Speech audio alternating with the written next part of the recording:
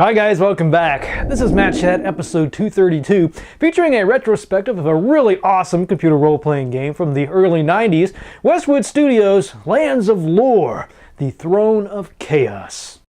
Virgin Interactive Entertainment presents the Westwood Studios production of Lands of Lore, the Throne of Chaos. Ah yes, that is who you think it is. Jean-Luc Picard, Patrick Stewart. This version of the game came out in 1994 on a CD-ROM, which apparently Star Trek TNG had just, it got canceled in 1994 too, so I guess maybe Patrick Stewart was looking for a little work. Good for us. The original version, though, came out in 93, but I don't see why you wouldn't want to play the cool talkie version. Loving these old-school graphics. These digitized artworks just are amazing. Really nice animation on these cutscenes. Now, the design of this game was by Philip W. Garrow, who'd worked on Eye of the Beholder, did a bunch of, he did all the other Lands of Lore games too. And also a guy named William Allen Crumb, who apparently this was his one and only game, at least that I was able to find. My liege, it is as we feared. Scotia has uncovered the temple and will have the Nether Mask soon. We must be ready for her. She will come here first. But Richard, what worry have we here at Gladstone? Surely we can arrange a defense against any charades. The mask is not a toy. The time has come, and I have no choice. I must destroy her now. It's so funny hearing that voice coming out of that character. Patrick Stewart's never looked so buff, huh? It's kind of a shame, too, the other guy in that scene, just a horrible actor. You know, if you're going to recruit somebody like Patrick Stewart to do your voices and then you pair him up with somebody hanging out around the office, probably not the best idea. And here comes probably the best villain ever in an RPG. What can be taking so long? I want it now! Your Unholiness.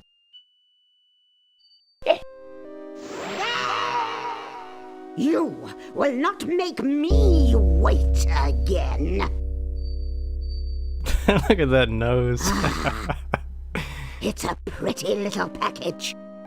At last, Richard and his puny forces have met their match. As you can see, this ring is truly the ultimate accessory. I like this. You and me both. Well, this is Barbara Costa doing her voice. Apparently this is all she's ever done, Lands of Lore games. Yes. This mask will serve me well. Beware, King Richard. You will pay for your lack of vision.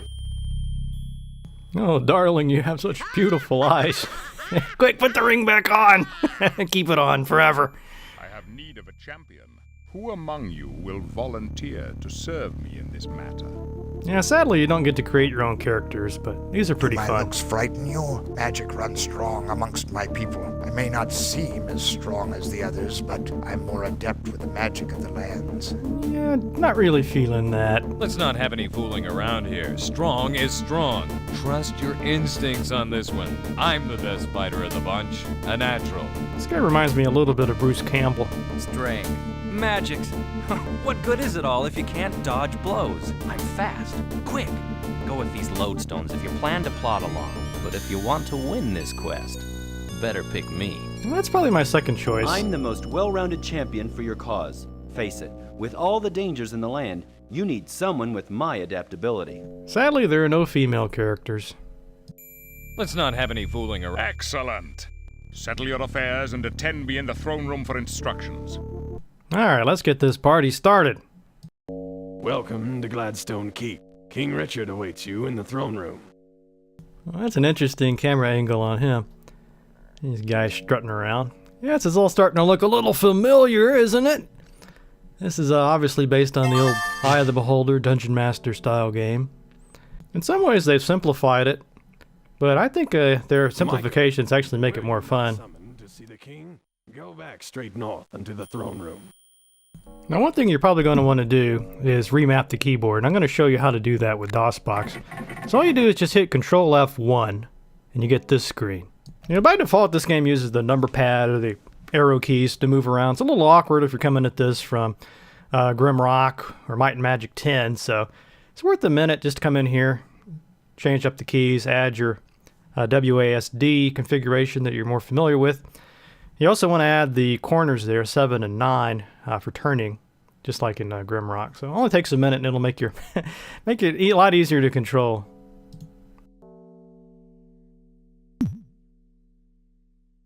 The hidden plumbing seems miraculous.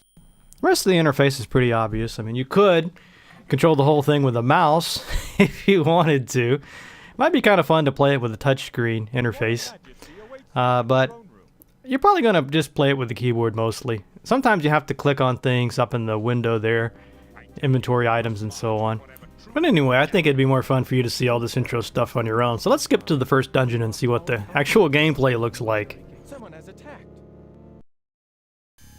You notice I've also picked up a companion there. That's Timothy. Got a number of different companions throughout the game. I had at least 3 different ones. And one thing I didn't realize is that these guys will up and leave. And when they do, they'll take whatever gear they had on them. No way to get it back. So there's a couple of little glitches in the design of the game like that. You can even get it into an unwinnable state if you're not careful. You should probably look at just keep a lot of different save games going, and don't be afraid to roll back one if things aren't going well. Now, like Dungeon Master or Eye of the Beholder, any of those games, it's a timed combat. So you have to wait for your weapons to refresh, to become unghosted. And then you can hit either F1, F2, F3, you know, whatever to attack, or you can use the mouse again. But like Dungeon Master, you've got little buttons everywhere to push, secrets, pressure plates, you know, all the stuff you'd expect to be here is here. The spell system is pretty simple at this point. I don't have the spell book yet, but eventually I'll be learning different kinds of spells. And then you just click on the spell you want, select it, and then decide how much power you want to put into it. And every character can cast spells. This is the advantage of having a mage. Of course, you get more magic to work with. Also, these skills are based on use. So if you don't ever cast spells, you won't ever level that up. So you need to be thinking about that too. I didn't really use spells too much in my games. Probably a mistake. Especially later on, I didn't even have enough spell power to cast some of the cool spells I found. So, fireballs and lightning. Okay, so you can see the difficulty level here is pretty high. This is supposed to be an easy game, and it is easy as far as the interface. You know, you figure it out pretty quickly, but these combats don't mess around. You really have to be quick, and it is in real time. Now, you can pause it by clicking on your inventory or something like that, but you're probably going to be dying a lot. Let's just put it that way. Here, this mystic chant will open the passage. Connex, Delamare.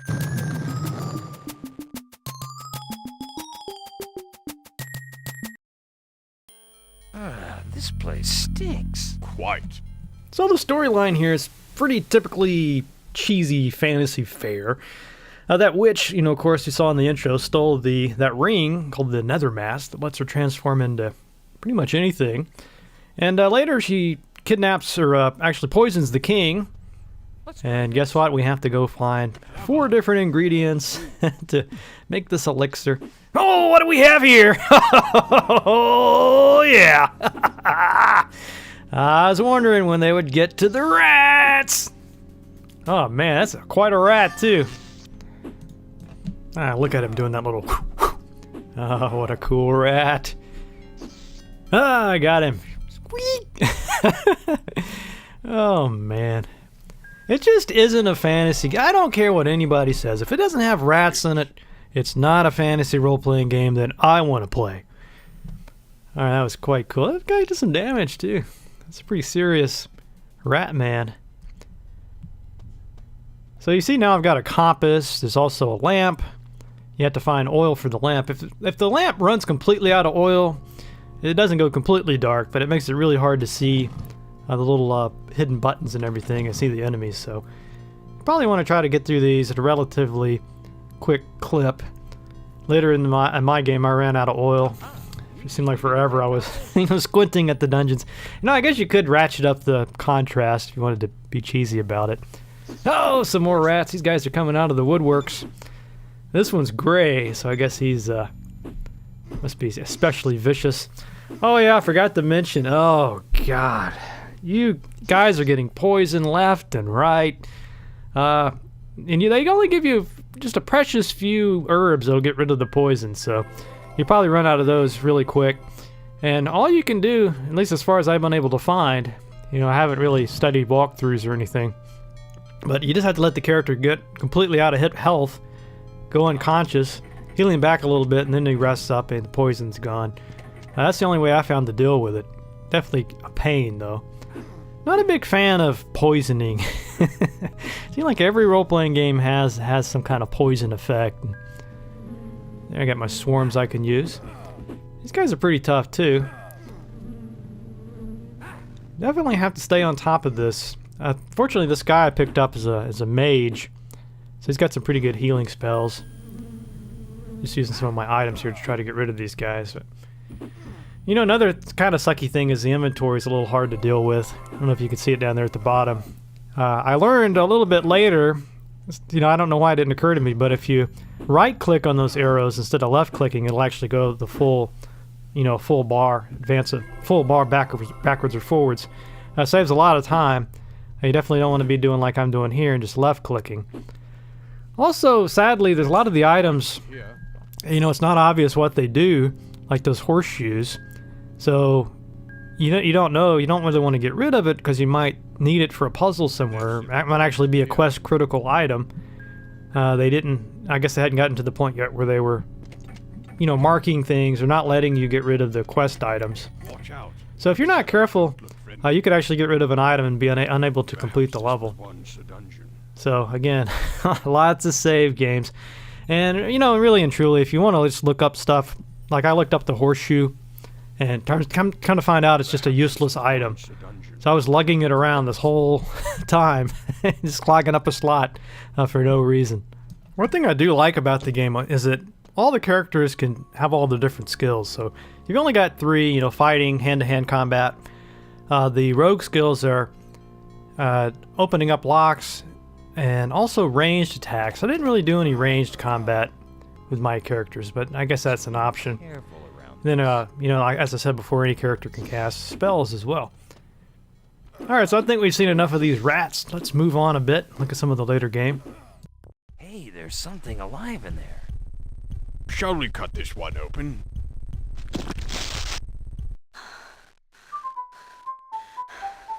Oh, that air smells good. Thanks. I was on my way to the Droracle when one of those monsters grabbed me. We as well seek the Droracle. You are quite welcome to join us. Oh, thank you. I'm Laura. I've been chosen to serve in the Droracle's household on behalf of my village. If I can't get there, he won't give our farmers the weather predictions. I take it you are from Grisbil. I am Michael, and this is my friend Bakata. I'll wait for you outside this dreadful chamber. Heavens, I'm feeling a bit queasy. Oh, how... These pods are filled with goo. These pods are filled... Oh, how dis... This cavern looks like those monsters' den. This cavern... Thanks again. I thought it was over for me. Yes. Now I've got 3 characters. That's going to be really nice to have 3 different people attacking. Unfortunately, she doesn't come with very good stuff, and I haven't really got very good armor or weapons on these guys. And foolishly, at this point, I didn't realize that the guy in the middle, he's actually got 4 arms. So what's really cool about that is you can actually give him 2 weapons and 2 shields. Just trying to find a good combination of items. Now again, unbeknownst to me, Laura will leave the party at one point, and she'll take whatever gear she has on her. So, You can either look at a walkthrough to find out when that is, or just keep some saves going. There's a little bit later in the game. This is the Gorka Swamp. Now apparently one of the items that I had on Laura was a ring that would prevent you from getting poisoned by this swamp gas. Yeah, not the most brilliant thing I've ever done because you get poisoned constantly. But at least you get to fight really cool poop monsters. You know? I don't know if that's what they were going for, but they keep talking about how everything stinks around here and it looks like doo-doo, so... Well, I never had anything that color come out of me. Hey, yikes. I really think they really did a great job with this game. I mean, the graphics, the artwork I really like. And it's just something charming about these old tile set driven environments. You know, it's just a lot of fun seeing what they came up with. The Gorka must be mighty warriors. some heads on poles, heads on stakes. That's always a good sign. I also have to just commend the composer. I don't know if you can hear this music very well, but it's worth getting this game just for the music. It's composed by Frank Klepacki, not really sure how to pronounce his name, but he did the soundtrack for Dune 2, one of my favorite scores of all time. He's also done a lot of Command & Conquer stuff. Of course, the other Lands of Lore game. This is some gray poop. I guess the gray monsters in this game, that must be their way of letting you know it's going to be particularly vicious and probably going to poison you. You fellows have become bothersome. Don't press your luck. You don't want to make me angry. I have business in the tower now, and I do not wish to be disturbed.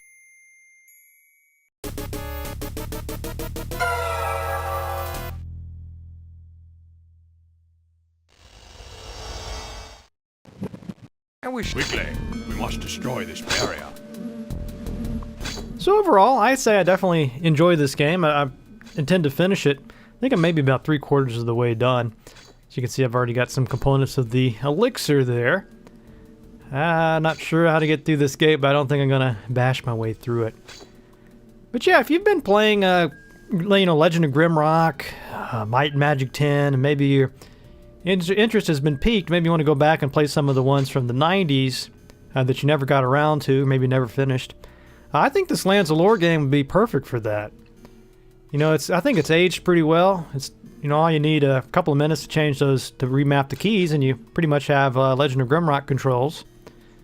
I guess some people wouldn't be able to get past the, the graphics or whatever, but I think they look just fine. And there's a lot to do. There's a lot to explore. The combat's definitely a challenge. Maybe it's a little too difficult, to be frank. They could have used a lot better inventory system too, but at least they have a nice auto map for you, and it even labels the secrets as you go along, so you kind of want to constantly be checking that map. So this is probably about 6-7 hours into the game. I'm in the mines. Orin, it is true, I tell you. The rocks are alive. I am leaving this accursed place. Jeff. Fortunately, I was finally able to get better gear for these guys, but still, you never know. Just walk around the corner and some monsters might get the jump on you and kill you. Doesn't take long to die when you're getting attacked. Some vicious carrot tops. Go ahead and knock those guys out. Nice and easy. Got a trident there and a big badass axe. That's another thing you really have to watch. Sometimes you'll be fighting monsters and you're just, either not hitting them at all or you're just doing a little bit of damage. Well, they factor in the type of weapon that it is. So some monsters are vulnerable to crushing weapons like a mace. Other ones need to be pierced and so on. So if you're not doing any damage, you might want to change weapons. Unfortunately, there's a lot of spots in the game. Maybe the hints are buried in here somewhere or what, but I just would get stuck, couldn't figure out what to do. And it would be something kind of, I don't know, how would you know? For example, there's a big sludge slime monster thing that is blocking the entrance to this cave, and apparently the only way to kill him is to use that green skull. I don't know, maybe I missed something, but I think the more modern games are a lot better at giving you the necessary hints, a journal, you know, something you can refer to, so you don't just spend all your time wandering around, using up all your lamp oil. Oh, this guy here, he really just kicked my ass. I had to play through this scene about 50 times. He's got that earthquake thing that damages all your party, brings him down to almost 0 health. And plus, if you use an ordinary weapon on him, he'll actually take it from you and just fall on the floor. So the only thing that works is that green skull for whatever reason. And there you have it, folks. I think that should give you a pretty good taste of what this game is all about. Lands of Lore, the Throne of Chaos. Really great game. If you're looking to scratch that Grimrock-inspired itch, you do a lot worse than this game. Good news is you can get the first 2, Lands of Lore 1 and 2, from GOG.com. I'll post a link to the show notes. And please, guys, if you do get it from GOG, please use my link, so I get a bit of a kickback that way. No extra charge to you. But the GOG version's great. This works right out of the box, automatic installer and everything. No, not to fiddle with DOSBox, other than to remap the controls. Remember that as Control F1 to see that key map menu. So anyway, there you have it, folks. I'll end it here and let you listen to some of this excellent music. This is my favorite part of the score, by the way, in the forest here.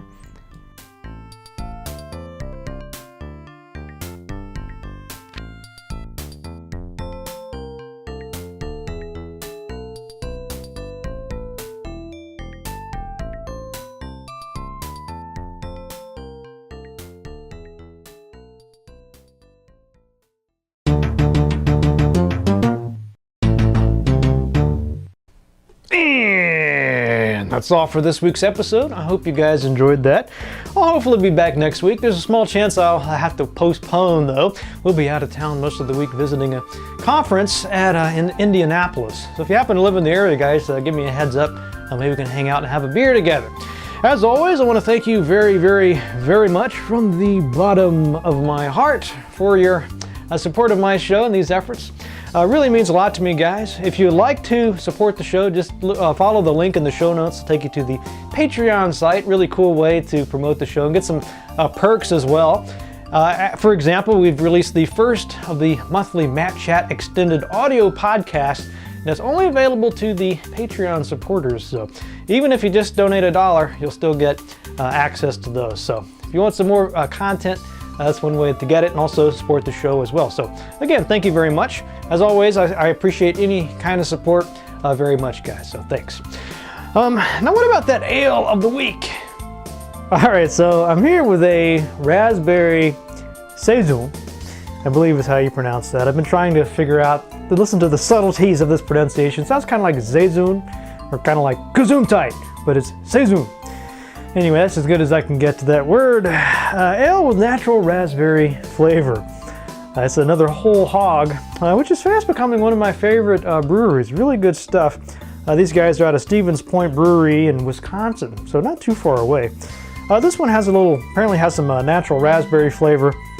I'm trying to figure out, it doesn't really say here how they get the raspberry flavor. I don't know if they just put some extract or some raspberry juice, or you know how they do it, but anyway, it sounds good. 7.2% alcohol, so a little on the high side there, but maybe the flavors of the raspberry will balance it out. But anyway, let's get this open and see what it's all about. All right, so I've got some of this raspberry saison here in the rather excellent drinking horn. Been smelling it. Smells great, almost like a little bit like a cherry Coke with some Belgian ale sort of aromas to it. Very fruity, a very pleasant aroma to this. You know, I like to say some of these I would almost dab them behind my ears. You know, they smell so good. Definitely this one's right up there. But anyway, let's give it a taste.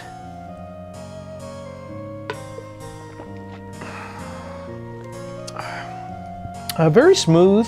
A lot of flavors going on here, but nothing overpowering. I was a little bit worried that they would get carried away with the raspberry.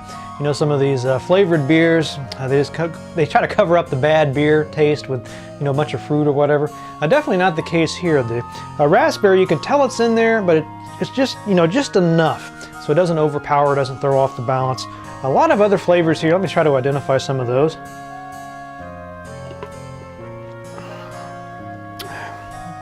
You get a little bit of the hoppy, sort of coffee-like flavors. I wouldn't expect that. Get a lot of the Belgian wheat flavors in there as well. Just a hint of those raspberries to balance the whole thing out. I gotta say, overall though, very, very good. Really enjoying this one tremendously. Very sophisticated taste here for sure. Gonna go a full 5 out of 5 drinking horns on this, no question. If you see this raspberry saison on the shelf, I would definitely recommend picking it up. Even if you're not a big fan of raspberries like me, you know, if I enjoy it, I think you will too, so go ahead and check it out. All right, let's wrap this up with a quotation. And the quotation I found comes from Dale Carnegie. It goes something like this: "People rarely succeed unless they have fun in what they're doing." See you guys next week.